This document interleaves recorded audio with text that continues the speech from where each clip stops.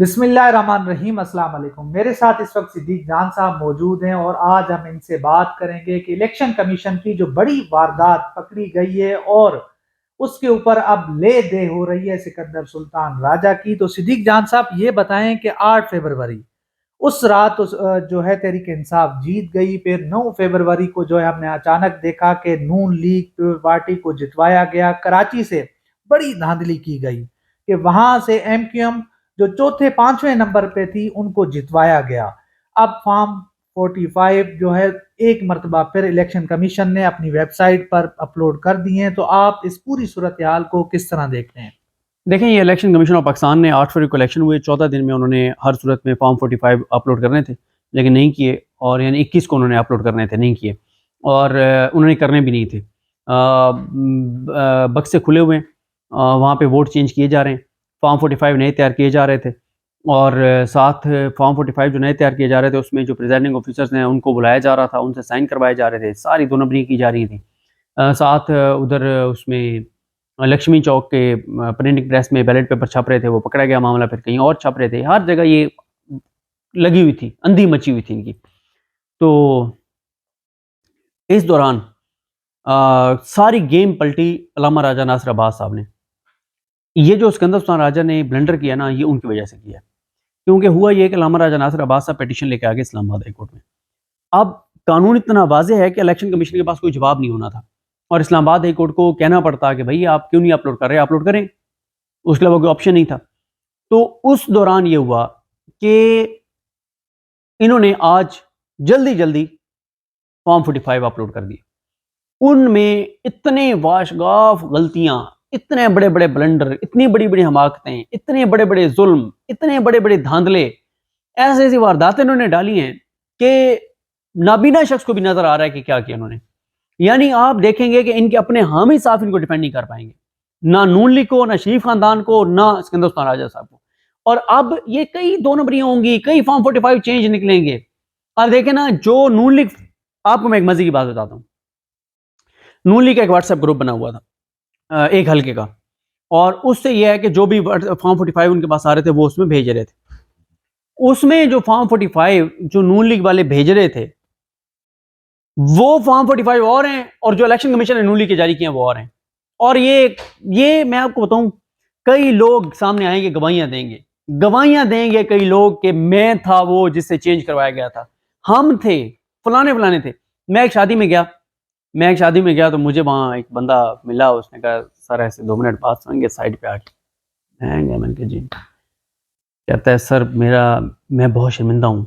मैंने कहा यार पता नहीं इसमें क्या हो गया। कहता है अल्लाह ताला मुझे माफ़ करे। कहता है सर मैं उस जगह मौजूद था जहाँ पे एक हल्के का उसने मुझे बताया। कहता है सर वहाँ जो कुछ हो रहा था ना, मैं वहाँ मौजूद था और मेरा दिल खून के आंसू रो रहा था कि ये क्या हो रहा है।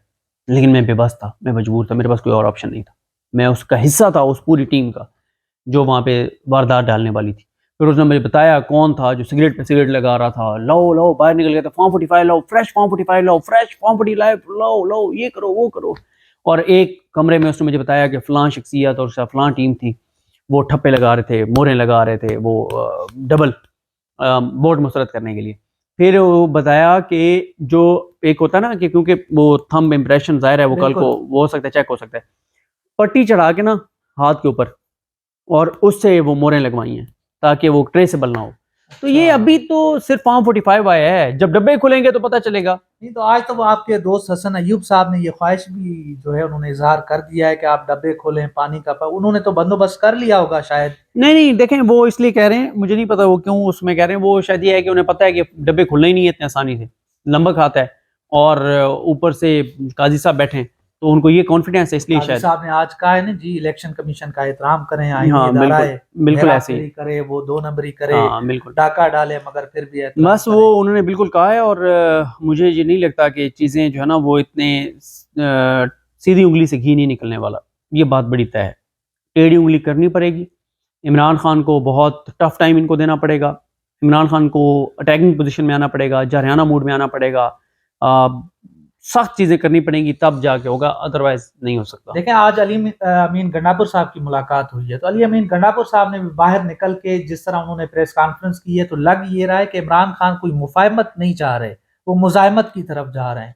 जिस तरह डाका डाला गया, जिस तरह तहरीक-ए-इंसाफ को हरवाया गया, इस पूरी सूरत-ए-हाल में तो आप क्या देखते हैं? अली मोहम्मद खान साहब के बयान को भी आप किस तरह देखते हैं? देखिए, अली मोहम्मद खान साहब का मैंने वो एग्जैक्ट बयान नहीं सुना, लेकिन उसके ऊपर काफ़ी मैंने देखा है कि पीटीआई वाले बहुत रिएक्ट कर रहे हैं।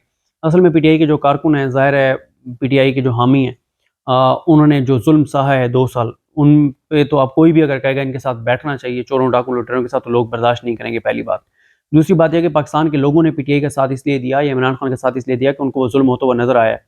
अब पाकिस्तान के लोग क्या चाहते हैं? पाकिस्तान के लोग चाहते हैं कि अब इन लोगों को निशान इबरत बनाया जाए जो जुल्म करने वाले थे, धांधली करने वाले थे, जिन्होंने इस्तेसाल किया लोगों का, जिन्होंने ज्यादती की, जिन्होंने खवातीन के साथ ज्यादतियाँ की, जुल्म किया, जिन्होंने खवातीन को इतना सा जेलों में रखा। तो लोग अब कहते हैं कि भाई कानून की हुक्मरानी होनी चाहिए और पूरा पूरा हिसाब किताब होना चाहिए कानून के मुताबिक, आइन के मुताबिक।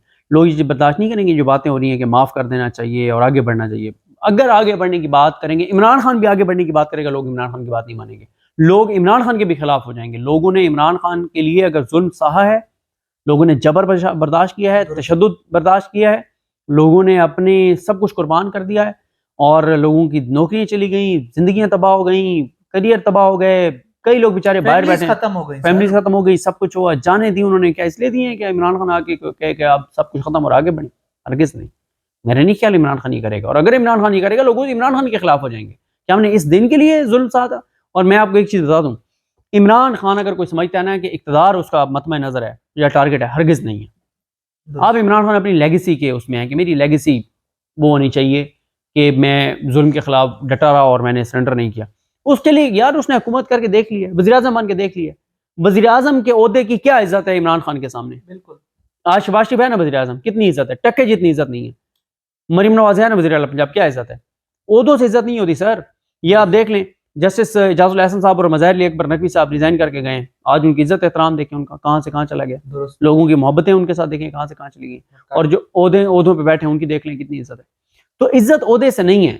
हाँ, आप देखें, यहाँ आप इस्लामाबाद हाई कोर्ट में देखें, जस्टिस बाबर सत्तार ओहदे पे बैठे हैं, लेकिन उन्होंने इज्जत है ओहदे की, जगह डिस्कस हो रहे हैं, हर जगह डिस्कस हो रहे हैं। मियां गुलशन औरंगजेब साहब हैं, सरदार एजाज खान साहब हैं, अरबाब मोहम्मद ताहिर साहब हैं, मोहसिन अख्तर कियानी साहब हैं, पेशावर हाई कोर्ट के इब्राहिम खान साहब हैं चीफ जस्टिस, उनकी पूरी हाई कोर्ट। तो अब आप जरा रखें ना, एक पलड़े में आप रखें जस्टिस बाबर सत्तार साहब को, और एक पलड़े में आप लाहौर हाई कोर्ट के 40 जजों को रख दें। बाबर सत्तार साहब भारी हैं, अली बाकर नजफी साहब समेत, अमीर भट्टी साहब समेत, बिल्कुल सारे जजों को रख दें, 40, 42, 45 जितने आप इस्लामाबाद हाई कोर्ट की तरफ आ जाएं, चीफ जस्टिस हैं, सुप्रीम कोर्ट आप देख लें। ठीक है, सुप्रीम कोर्ट जाहिर है, सुप्रीम कोर्ट में भी अब जजेस अच्छे मौजूद हैं, लेकिन उनके पास केस ही नहीं लगने दिया जाता। अब अतर मिल्ला साहब के पास केस नहीं जाता कोई इंपॉर्टेंट, मुनी बख्तर साहब के पास नहीं जाता, आयशा मलिक साहब के पास नहीं जाता, नहीं जाते। उन्हीं के पास जाते हैं जो पता है कि इंसाफ करने पे तुले हुए हैं, और वो हर सूरत में इंसाफ करेंगे, तो उनके पास इंसाफ भी तो निराला है। इंसाफ सर ना सिर्फ हो रहा है बल्कि होता हुआ नजर भी आ रहा है। जी हाँ।